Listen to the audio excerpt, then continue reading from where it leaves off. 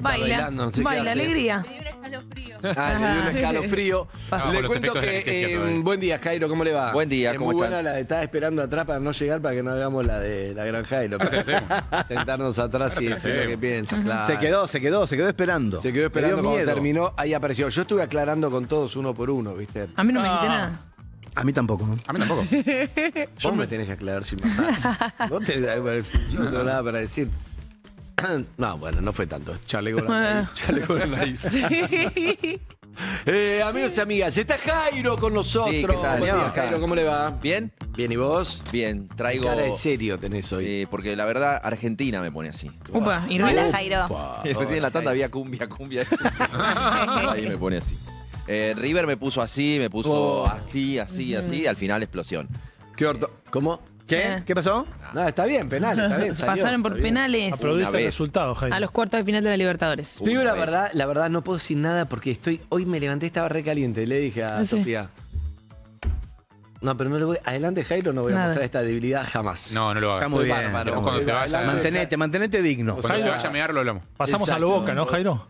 Sí. Pasamos un poquito a Tal la cual. Boca. Está bien. Pasamos un poquito a la boca. Una vez está bien. Con un Una vez, expulsado. River. Una vez está bien. Sí. ¿Desde cuándo? ¿De hoy? ¿Quién? Perdón, si esta es la columna siempre, deportiva que le da Guerrero. Sofía, viejo. Claro. Voy a la Con cancha. todo respeto, ¿eh? ¿Vos sabías, Sofía José era de River? Yo me vine a vivir a Buenos Aires, corría la cortina y veía el Monumental. De mi pieza, de mi habitación, voy a decir. Bueno, eso quiere decir. Para mí el Instagram debe ser rojo y blanco. No, ya no tengo más. Sacá otro. Bueno, gente, traigo noticias si quieren comparto. A ver. Por favor. Me las guardo. Dale. Necesitamos. Por mí, guardátela, la verdad. Bueno, gracias. Con ese pie las voy a contar. Sí, ¿podemos votar?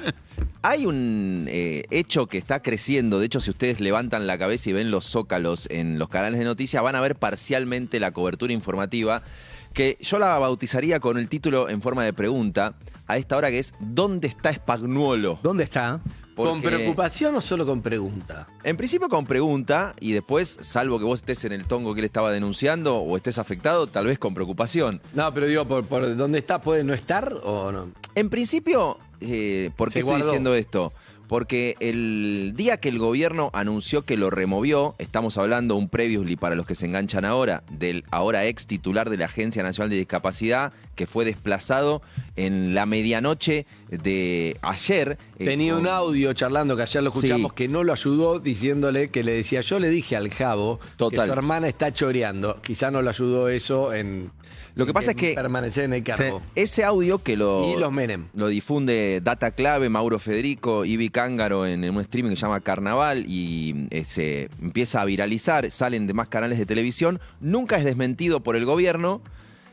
Y al revés de desmentirlo, desplazan al protagonista del audio, no a las personas que nombra en el audio, Claro. que Al mensajero. es nada más y nada menos que el presidente, su hermana y el principal aliado de la hermana, Karina Milei, secretaria general de la presidencia, y Eduardo Lule Menem, su mano derecha, también con cargo en el gobierno. Después de la aparición de ese audio, ayer contaban en la Casa Rosada que lo tuvieron que desplazar porque nunca apareció a renunciar. Y entonces Claro. empezó a considerarse, lo cuenta Maya Jastroblanqui en La Nación, una especie de eslabón suelto, donde el gobierno dice, che, este tipo no sabemos qué va a hacer. Claro. ¿Era el abogado, es el abogado de Milei? ¿Y por qué es tan importante? Porque no solo es el abogado personal de Milei, sino que es una de las 3 personas con más ingresos a la Quinta de Olivos entre junio del 24 y enero del 25, según lo que registró Chequeado. Arriba de él creo que solamente está Iñaki Gutiérrez, que tiene Sí. más de 40 ingresos a la Quinta de Olivos. ¿Y por qué cito la fecha? Iñaki de TikTok. El que le maneja TikTok y demás redes. Porque, ¿se acuerdan la entrevista de Fantino donde dice, si te cagan en Lule? Sí, Sí.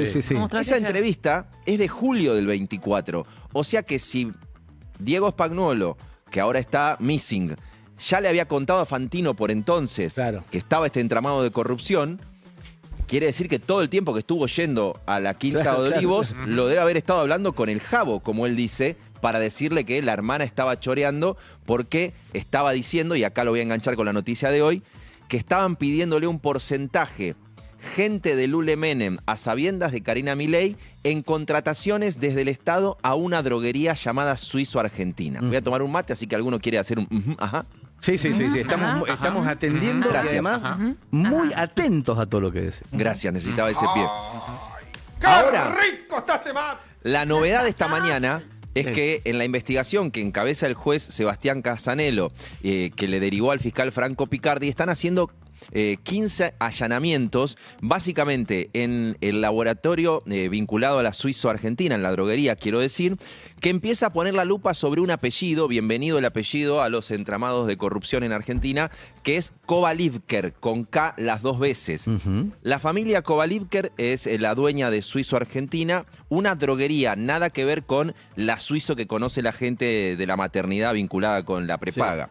Estamos hablando de una de las principales droguerías en el sistema de salud argentino. ¿Cuál es la diferencia entre droguería y farmacia? Vos tenés, el laboratorio hace el medicamento, sale a una distribuidora, la distribuidora lo lleva a los galpones de las droguerías, hay unas 445 droguerías en Argentina, y la droguería lo lleva a la farmacia.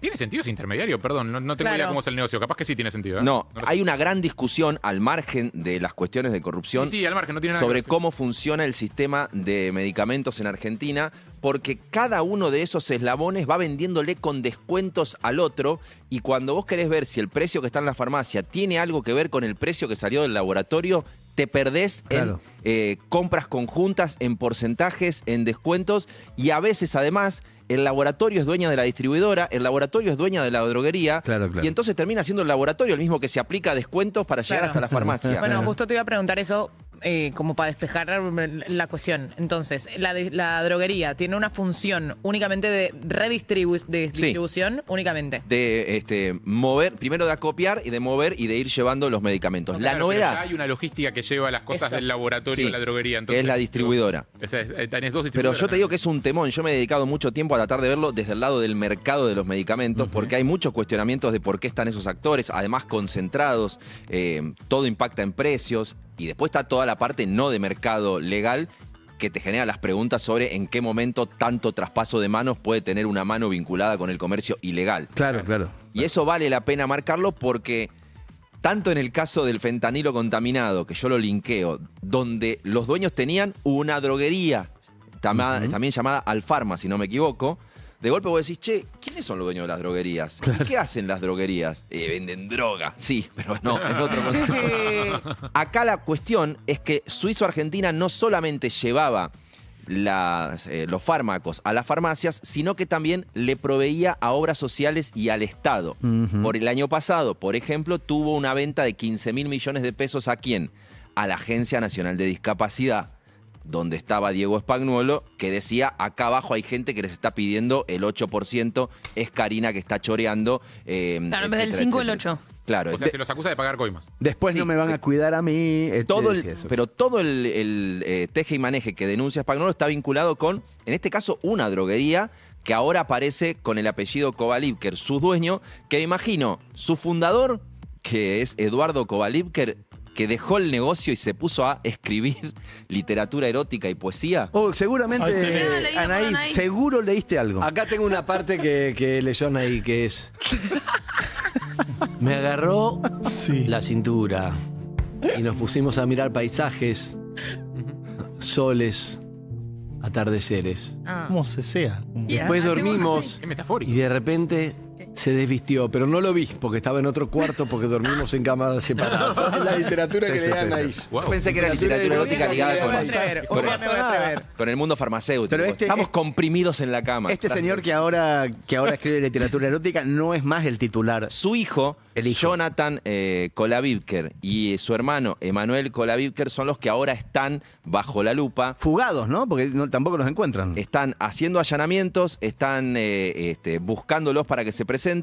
Entonces, a esta lista, donde no se lo encuentra Diego Spagnuolo, por ahora, hasta ayer no había salido del país. La novedad es que la justicia va a pedir secuestrar su teléfono, lo cual va a ser también una bomba cuando se vea qué hay adentro del teléfono. ¿Pero quién lo tiene teléfono? Él lo tiene que Bueno, presentarse él pero y a esta entregarlo a la altura justicia. Puede borrar todo. Bueno, puede borrar todo.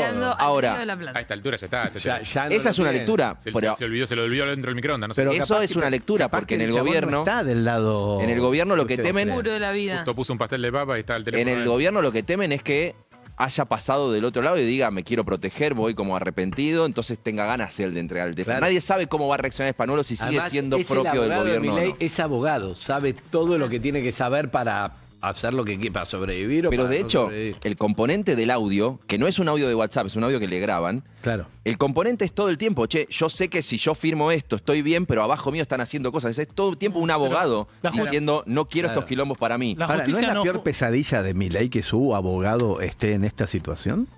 Es posible, igual... No, ya peor es me- que su hermana esté en esta Sí, yo Sí, creo bueno, que... La sí. moraleja es no hay que robar o no hay que poner a tu abogado en la función pública donde...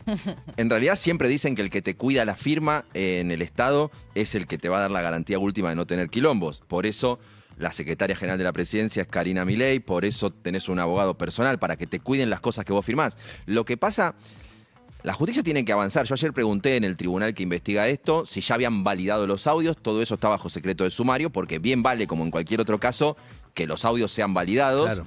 Que después eso se valide con testimonios y con hechos concretos, si la Suizo es la droguería y tenía un vínculo con la persona que estaba abajo de Spagnuolo, que eso quede registrado en algún tipo de documentación. También hay un contexto que Karina ya estaba con el tema Libra. Ya había No. mucho de tema Libra en la recaudación, no sé qué. Ahora viene este tema, la vuelve a nombrar a Karina.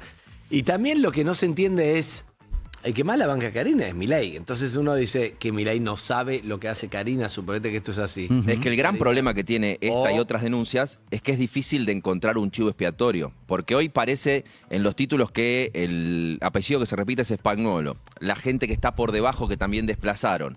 Eventualmente algún Menem. El tema es que si vos querés llegar al punto, y es cierto lo que está en los audios de Spagnuolo, no tenés cómo cortar el hilo por lo más delgado porque es, le dije a Javier que sabe que Claro. Karina está choreando. Claro, directamente. Ahora, por un lado va la parte judicial. Si yo lo hago como crónica periodística, solo Karina Milei, 2 puntos. Pallarols, cuando va a hacer el bastón presidencial, dice, che, me acerqué para hacer el bastón como a todos los presidentes y me dijeron, habla con Karina y poné $5.000. Eso es testimonio periodístico en un medio. Es verdad, me parece...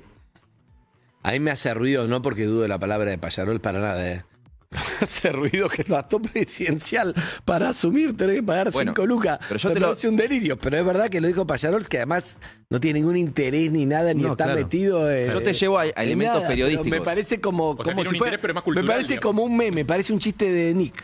Sí, sí, sí. ¿Me entendés? Agencia Digo, Bloomberg, nota de Ignacio Liberadol. Agencia seguramente alguien Bloomberg. hizo chiste antes. ¿Quién? ¿Qué? Nota de Ignacio Liberador, periodista de una agencia que trabaja para Wall Street. Hace 3 meses publica un encuentro en un departamento en el edificio Le Parc, donde varios empresarios van a ver a Milei y la que pasa con la cartera recogiendo fajos de $10.000 es Karina Milei. Eso lo publica la agencia Bloomberg. Elementos periodísticos te estoy dando. Una cartera grande.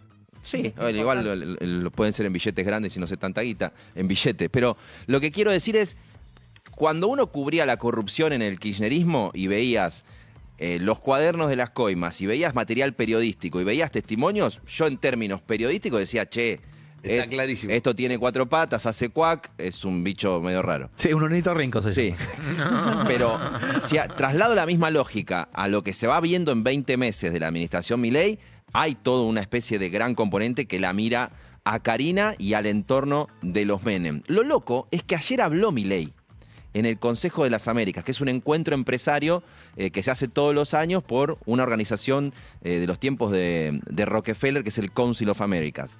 Y el tipo habla, y es muy loco cómo de golpe por ahí cambió todo el contexto. Está todo el mundo hablando mucha gente hablando en ese mismo círculo rojo de la presunta corrupción de la hermana del presidente, y él se pone a hablar de algo que existía y que era un tema antes, pero que ahora está desplazado de la agenda porque están diciendo tu hermana estaba choreando. Porque él dice, los K querían sus negocios ilícitos. Escuchá porque es muy loco. Una cosa es escucharlo hace un año cuando recién llega Milei, y otra cosa es escuchar eso mismo cuando él trata de hablar de antes y vos decís, che, pero eso está pasando ahora en tu gobierno.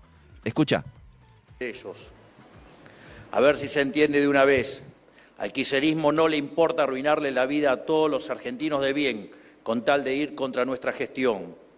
Y es muy fácil de comprender por qué. Ellos no conocen en carne propia lo que es sufrir un país con inflación, un país con caos económico, sin oportunidades laborales y estancado sin horizonte alguno. Porque ellos siempre vivieron de la política y siempre se aumentaron sus propios sueldos a gusto, tan solo levantando la manito. Porque todos sus familiares y amigos viven desde hace años del Estado, ya sea porque son empleados públicos o porque tienen negocios ilegítimos con el Estado y las provincias. Punto. Eso. Es como fingir demencia, ¿no? Sus familiares viven todos del Estado. Me estás hablando de los Menem. Porque Sí, sí. tenés a Martín Menem, a Lule Menem, a Sharif Menem, a los Menem que están manejando el Lancet de La Rioja, porque tienen sus negocios Y de los ilícitos. Caputo y de los Milei. Hay que hablar.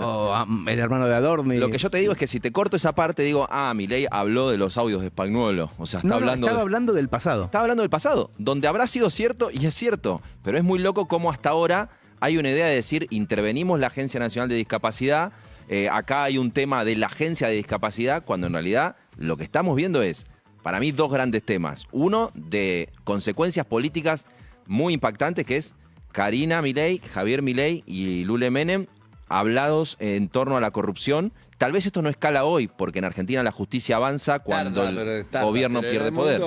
Muchas veces llega, otras no.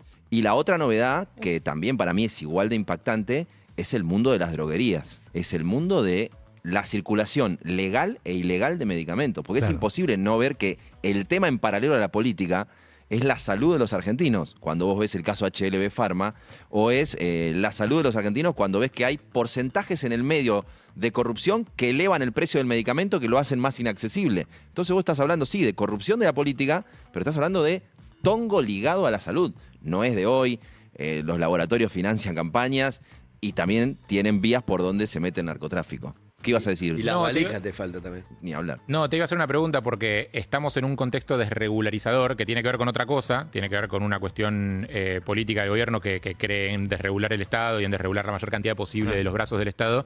Digo, me pregunto cómo afecta eso a un mercado de distribución de medicamentos que ahora parece tan manchado.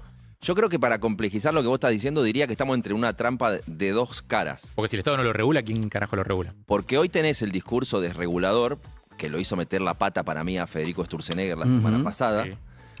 Pero del otro lado tuviste durante mucho tiempo el Estado interventor con tongo, que era, me meto a regular para favorecer a tal grupo, y mirá el caso García Furfaro, HLB Pharma. Sí. Entonces, terminás estando en una trampa donde es muy difícil. Yo laburé mucho en algún momento, por algún caso particular, el ANMAT, Agencia Nacional de Medicamentos y Tecnología. Y quiero separar ahí. Hay profesionales del carajo en el ANMAT, en las capas técnicas. Chabones que están todo el tiempo, se agarran con... Viste que uno, como descubrimos a los del CONICET, que están horas mirando un bichito. Hay gente que se dedica toda su vida a tratar de conseguir el mejor reporte sobre la circulación de tal medicamento, de tal alimento, de que tal aceite no tenga tal componente. Y uno de golpe, me lo digo a mí mismo, aparece un día y dice, che, el ANMAT, es una porquería. Y hay gente que está todos los días laburando ahí. Lo que pasa es que por arriba de ellos hay capas técnicas y políticas con mucha llegada o a los laboratorios o a la política que tiene algún favor que le debe a un laboratorio que le financió la campaña. Claro. De hecho, para terminar y no hacerlo eterno, no sería raro que empecemos a ver qué campaña financió Suizo-Argentina, la droguería de la familia Kovalipker, que me parece que va a ser noticia por las historias de Jonathan y Emanuel Kovalipker y por los libros que podemos acercarle a Anaís de El Padre. Del papá. Kovalipker. Bien, Jairo pregunta la última. ¿Dónde fue esta charla? No se sabe. La que fue grabado, Spagnuolo. Se sabe que fue el año pasado. En un café. Se sabe que fue el año pasado en algún lugar donde estaban sirviendo comida y sirviendo agua. Pero ¿y quién lo grabaría? No. ¿Por qué? Nada. Y si sirve como prueba, porque Bueno, ese es el famoso tema del fruto del árbol prohibido que tiene que definir la justicia. Lo que pasa es que una vez que vos tenés ese disparador, podés empezar a chequear está con bien. Claro, testigos y claro, documentos. Por ahí decís el si los audio hechos no pasaron. tomo, pero decís quiero ver de qué se trata, quién estaba, bla, bla. Bien. Recién, por ejemplo, le encontraron un auto de uno de los hijos de Kovalipker con $200.000 sin declarar. Ya empezás a hacer la ruta de dónde está ese dinero, cuál es el origen. Creo que este va a ser un tema con interesados en la oposición por la campaña, con interesados dentro del gobierno por la interna Santiago Caputo, Marina Milei, y por interesados que somos todos nosotros que consumimos medicamentos. Claro, que claro. me parece a también mí va que hay que investigar y acompañar. no hay otro remedio. Bien. Un gran cierre. Reíte, reíte. Muy bien, amigos. ¿A dónde vamos? ¿Tanda? Dale. Urbana Play 104.3.